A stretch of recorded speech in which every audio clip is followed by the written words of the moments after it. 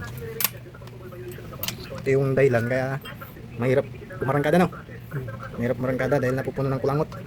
Ayan, yung At restart na may spark plug niya kulay itim. ito yung spark plug niya kulay itim.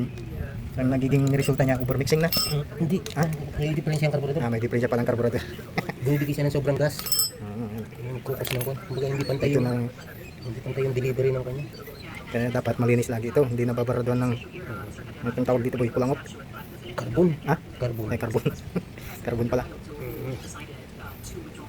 Minsan pag din yan, ito yan, yung air filter pag madumi. Pero hindi naman siya gano'ng madumi. May problema talaga sa carburetor. Pero ito, pag tinanggal mo yan, tapos nawala yung pangingitim, ibig sabihin ito may diferensya. Pero wala, katanggalin mo, nangingitim pa rin yung carburetor. Yung carburetor. Anong sira dyan? Yung Yung main jet nito, malaki ng butas. Palitan na natin yung bagong carburetor. main jet? Gate? Main jet. Jet? Main Jet? Oo. Main jet. Parang jet lane. Oo. Pero ko lang siya. Meron siyang main. Hindi kaya yung jet plane. Main. Mahal pa naman ito. Nasa 80 ata itong carburetor. $80? Mahal pala yan. Kaya, back to ko na lang. Old style. Ako na lang. Tabasin na lang, huwag magamit ng machine. Gapas.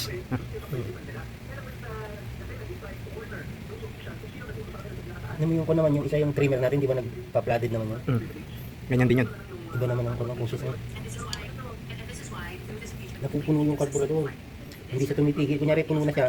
Ano bang kanyang pumupuga-puga? Hindi ito, pag ginamit mo, kanya nangingitim, mabilis mangitim. Tapos pag maitim na yung spark plug, Humihinto. oo, kasi hindi na siya magsunog ng maayos eh. Parang kung nangyayari dito, parang yung burner. Di ba yung burner pag luma na, yung apoy niya hindi na kukulay blue. Hindi na blue flame. Oo, hindi na siya blue flame, parang red flame lang siya.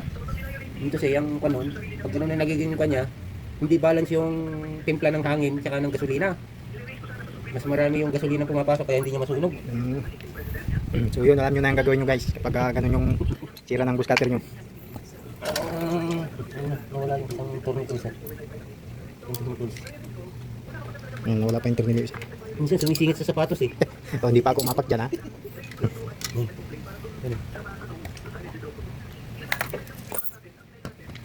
Ito.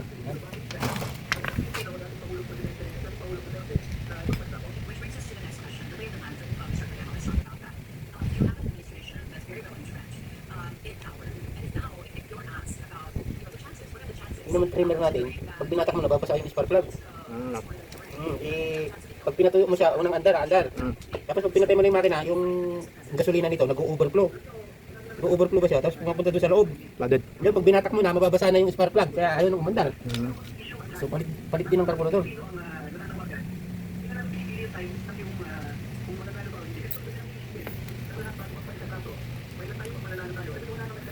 Marami na daw nanalong kundi. Marami na daw nanalong PDP. Mga guys.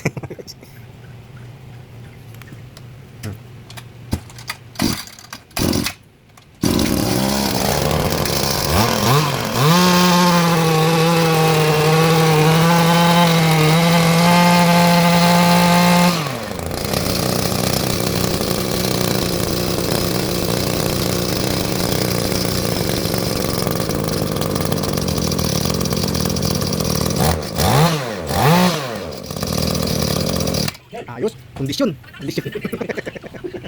Pagbihira.